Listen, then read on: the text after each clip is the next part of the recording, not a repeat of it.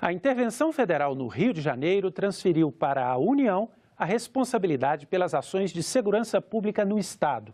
Desde que a Constituição foi promulgada em 88, é a primeira vez que o governo toma uma medida como essa. A justificativa para a intervenção é o crescimento dos índices de violência no Rio. O governo do Estado, que enfrenta uma crise econômica grave, não teria condições de resolver o problema sozinho. Nós vamos discutir as consequências da intervenção federal com o senador Eduardo Lopes, porque a segurança no Rio de Janeiro é assunto de Estado.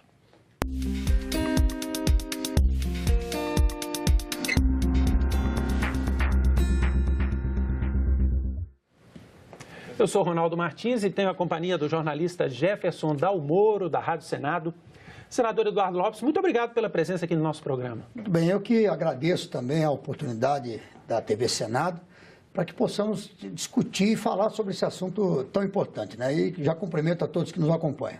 Senador, o senhor foi o relator do projeto de resolução que aprovou o decreto do governo federal. Na ocasião, o senhor citou uma série de razões pelas quais essa intervenção deveria ser feita, essa intervenção na segurança. O que essa intervenção do governo federal na segurança pública do Rio de Janeiro pode fazer para minorar o problema que tem preocupado tanto a população? Bom, primeiro, você quando coloca as Forças Armadas para atuar, você aumenta grandemente o potencial de fiscalização, potencial de prevenção.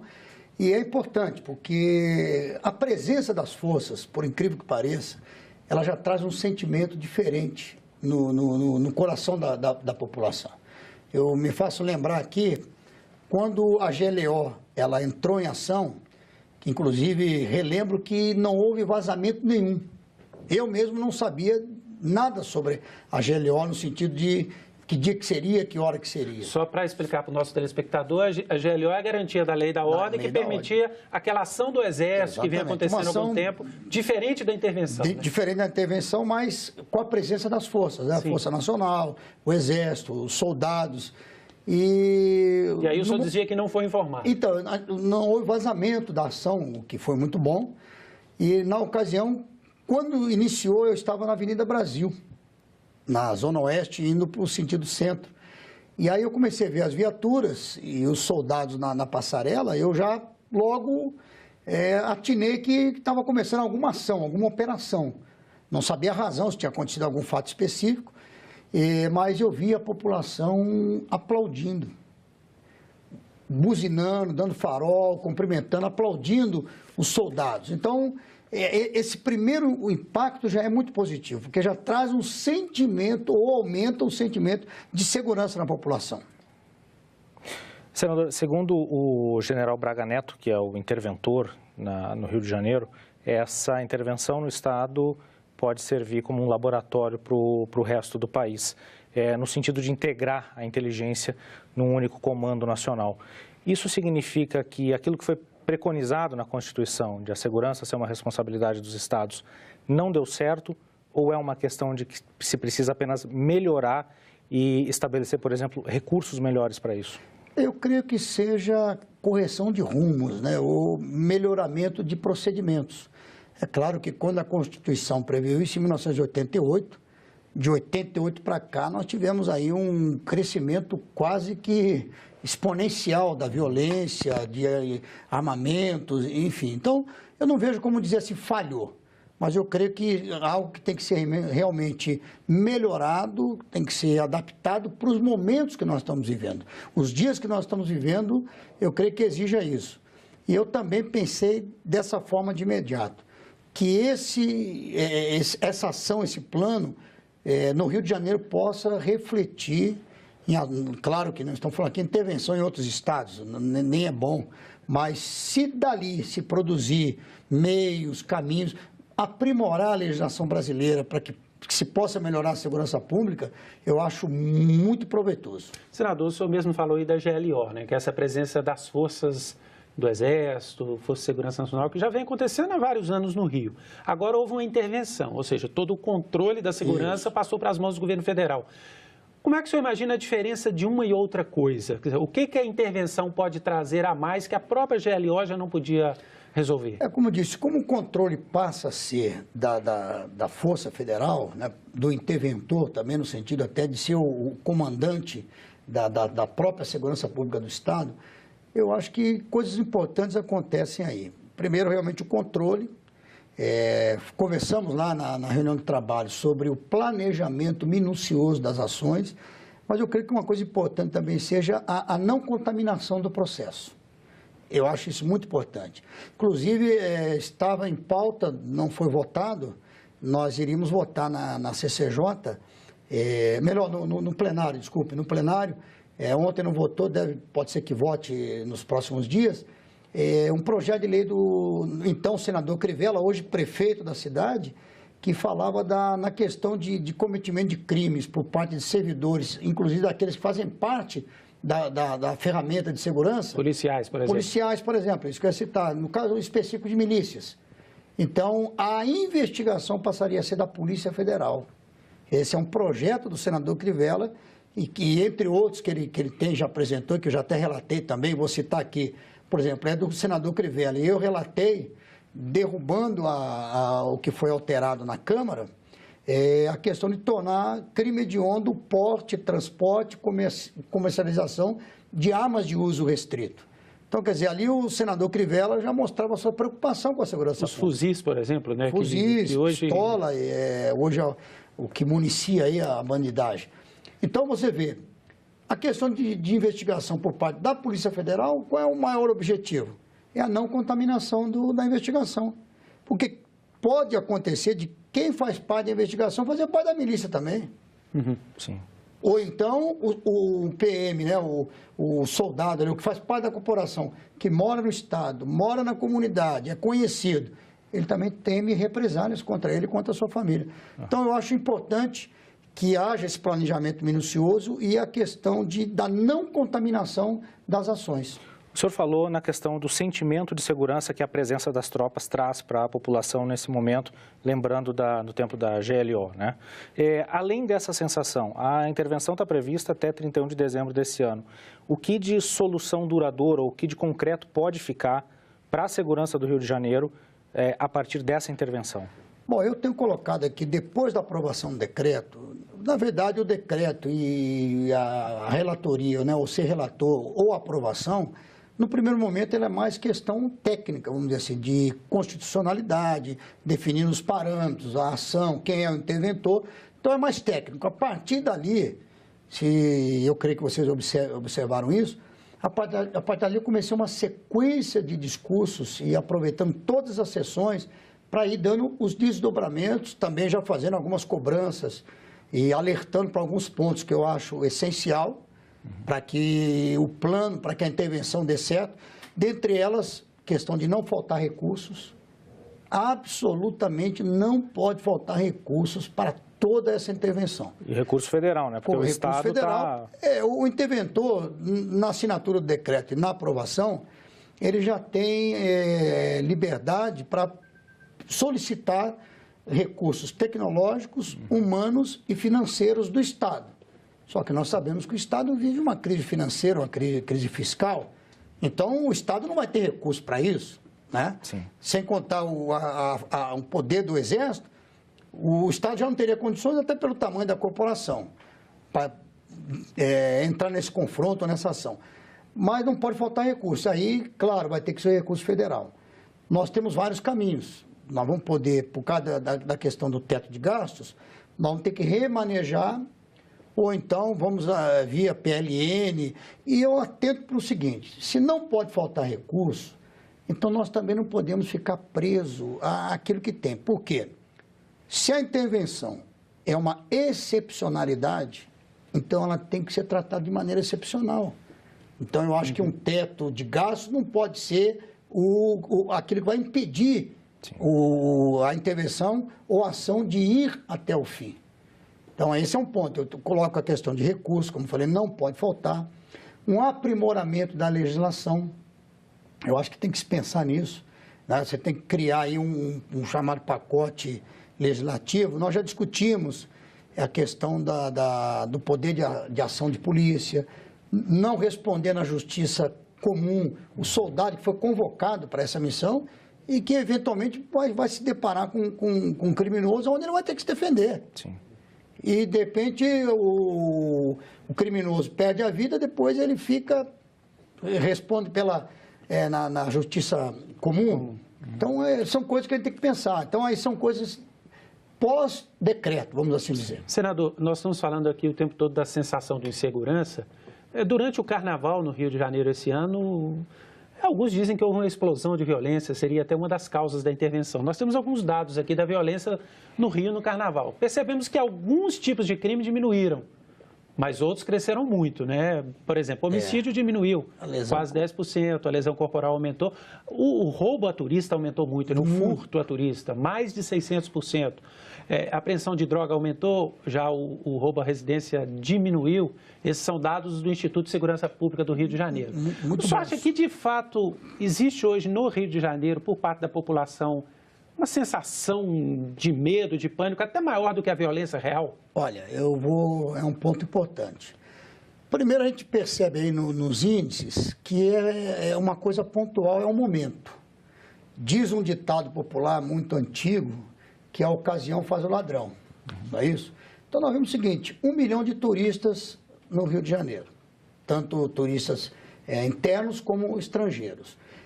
Aquele volume de gente circulando. Então, você cria uma oportunidade maior para os ladrões agirem. Então, pode ver que o homicídio diminuiu. Lesão corporal pode ser muito resultado de brigas. De brigas nos blocos. Uso de bebidas, uso de drogas, né? Questão de brigas assim, por causa de mexer com a mulher do outro, enfim. Então, é um aumento. O furto a turista está dentro do que eu Isso, de fato, é uma explosão. É um momento. Turista desconhece, distraído, não é como o morador, que tem alguns cuidados, já conhece um pouco da ação dos criminosos, tem mais cuidados. A questão de droga, você vê o crescimento, porque é lógico, a pessoa quer se animar mais, quer usar droga. Então, aí o roubo à residência vê que diminuiu, porque o foco passa a ser outro. Passa a ser a rua, né? Agora, a pergunta que você colocou, na verdade eu afirmei isso. Hoje,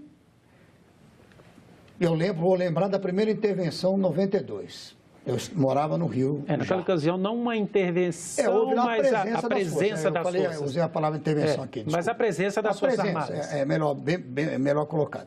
Então, houve ali a primeira ação, né, de uma força federal, do Exército, lá na ECO 92.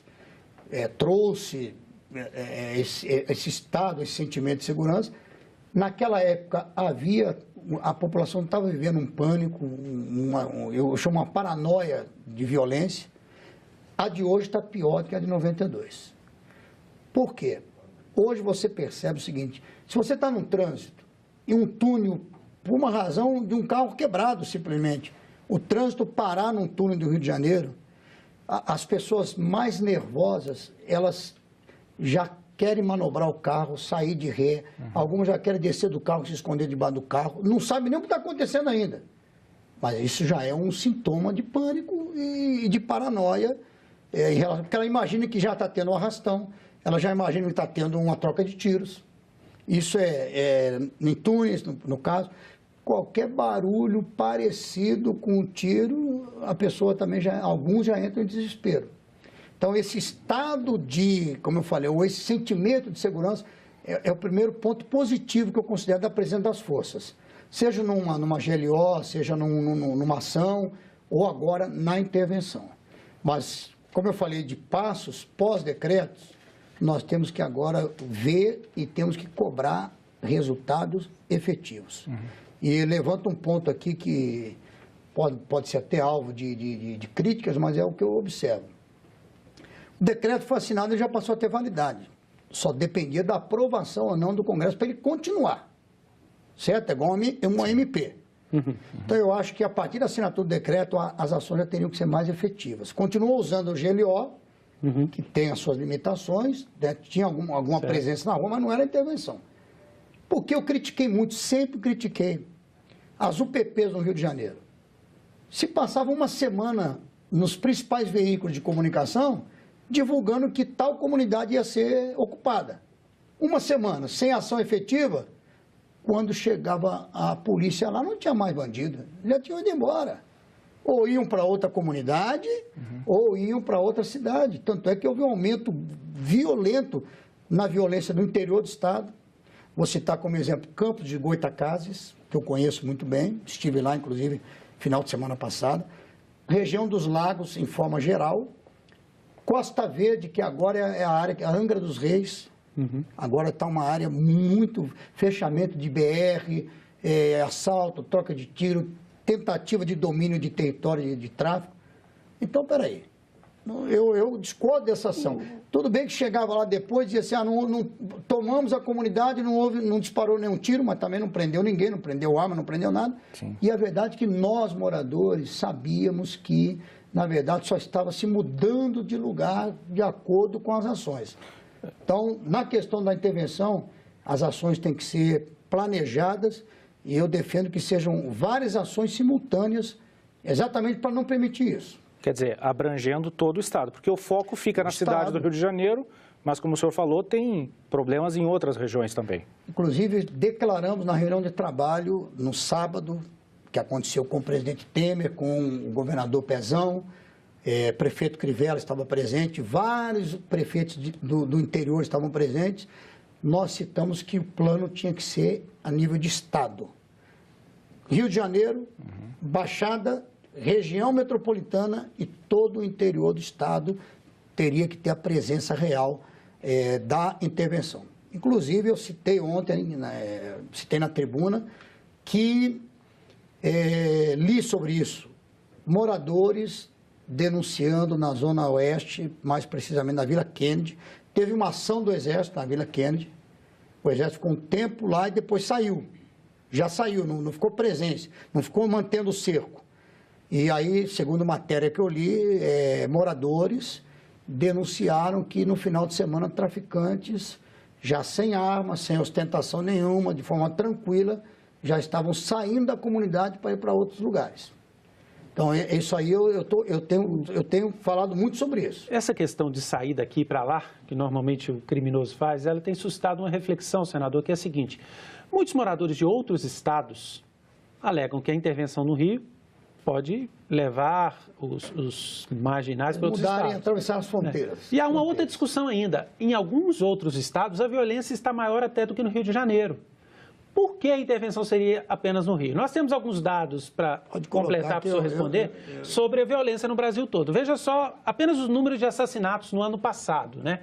Que é o crime, que é o crime mais bárbaro, vamos dizer assim. No Ceará, o aumento foi de 50%. O Ceará é hoje um estado que enfrenta um problema grande de segurança pública. Pernambuco também, o número de assassinatos cresceu 21,2%. No Rio cresceu, mas num índice bem menor que dos outros estados. O que o senhor diria em relação a isso? Por que uma intervenção só no Rio e não em outros estados? Eu iria tocar esse assunto, e obrigado pela pergunta. Na verdade, se pegarmos os índices que são levados em consideração, o Rio de Janeiro é a 23ª capital em violência. Tem 22 capitais mais violentas do que o Rio de Janeiro. Mas a questão aí é a seguinte: o Rio tem especificidades que você não encontra em outros lugares. Por isso, em primeiro lugar, a geografia do Rio de Janeiro. Muitos morros. E o grande ponto aí, sem contar que a violência no Rio de Janeiro, ela repercute muito mais do que em qualquer lugar, pelo fato de ser o Rio de Janeiro, que é a nível de conhecimento mundial, turismo, aquela coisa toda. Então, a repercussão. Por exemplo, eu tenho familiares que moram em São Paulo, que quando começam a assistir muitas reportagens, parece que tudo é muito perto. Porque a pessoa não conhece o Rio de Janeiro. Então, você está falando, por exemplo, de um fato que aconteceu, vou citar aqui um exemplo, aconteceu lá em Bangu. Outro fato que aconteceu lá em Copacabana. A pessoa imagina que é um do lado do outro. É uma distância imensa entre uma distância Bangu imensa. E Copacabana. Então, esse é um ponto. Agora, a questão do Rio, eu acho que o ponto crucial dessa discussão é o seguinte: o Rio de Janeiro, se pegar os índices de violência pontual, como está aí, número de assaltos, número de homicídio, você coloca o Rio 23º lugar, como eu falei. Mas a questão do Rio tem geografia e o principal, ocupação de território. Sim. Esse é o maior problema do Rio, que é a ocupação de territórios por parte de traficantes e por parte de milícias. Do crime organizado, né? Do crime organizado. Então você tem essa condição que em outras capitais você não encontra. Quer dizer, a natureza do crime é diferente. Exatamente. Então você tem um domínio de território, onde você vê comunidades que são reféns, na verdade, do domínio ou das milícias ou dos tráficos. Onde o Estado não entra, né? Que impõe taxas, que impõe certas coisas que... Onde o Estado não entra. E o Estado não consegue entrar. Ou quando conseguiu alguma coisa, que foram as UPPs, que dentro do conceito, dentro do que nós já vimos como modelo para ser colocado no Rio de Janeiro, seria excelente. E por que as UPPs fracassaram? As UPPs no início foram apresentadas como uma grande solução e deram certo. Por que fracassaram, se é que fracassaram? Aí eu coloco 2 pontos. Primeiro, aquela questão que eu já citei. Sim. Eu acho que você divulgar uma semana antes que você vai ocupar uma comunidade e não tem nada, pelo menos preventivo, porque hoje, por exemplo, vou citar, reclamaram do Exército que estava anotando, aí já botaram a expressão fichando. Quer dizer, a imprensa também tem que ter anotando e fotografando. né? Tem que ter um papel aí. Eu acho que às vezes se procura olhar mais o lado negativo do que o positivo, quer mais se mostrar o que não está dando certo do que o que está dando certo. Por exemplo, eu recebi hoje cerca de 15 fotos, o Exército, soldados trabalhando na retirada de barricadas colocadas pelo tráfico na comunidade, cortando lingotes, com britadeira quebrando concreto, que são as barricadas do domínio do território. O território é meu, não quero que a polícia entre, não quero que ninguém entre, mas eu não vi em nenhum lugar até agora a mídia falando sobre isso. Eu acho que seria importante. Então, colocar a expressão fichando. Exército ficha moradores no Rio de Janeiro. Não, ali é um controle, porque no momento que eu estou sem arma, sem droga, pelo meu rosto vai dizer que eu sou um bandido ou não? Não, nem pode. Então, eu aproveito disso para sair da comunidade, mesmo com o cerco. Sim. No momento que me registra, amanhã, se eu estiver envolvido em alguma coisa, aí esse morador estava ali já detectado. Então, é importante isso. E aí eu recebi até um texto que diz o seguinte: olha, eu também sofri, eu também vi os meus direitos violentados. Eu também vou recorrer ao AB. Sabe por quê? Porque eu fui no dentista, eu tive que tirar foto e me identificar para entrar no prédio. Eu fui fechado ali? Ou é uma prevenção ou eu estou sendo tratado como marginal? O senhor acha que o Exército está preparado para agir na violência urbana? Porque é uma crítica que se faz também, né? O Exército não está acostumado com esse trabalho, né? O Exército, em tese, não é para isso. Não trabalha com a segurança como é a polícia. Exatamente. Mas se é uma condição especial, se é uma situação excepcionalizada, tem que ser tratada como excepcional. Então, ele não tem esse hábito, não é uma função do Exército, mas eu vou dizer que ontem eu até citei isso no plenário também, foi feita uma apreensão no Rio de Janeiro, numa picape, num veículo, pela Polícia Rodoviária Federal. Os números que eu vi, fiquei impressionado. 40 mil munições, 12 fuzis, 33 pistolas, 106 carregadores e uma granada. Eu digo, quem está transportando isso para uma comunidade está pensando em quê? Só pode estar pensando em guerra. Então, se está pensando em guerra, tem que ser tratado como guerra. Não tem como.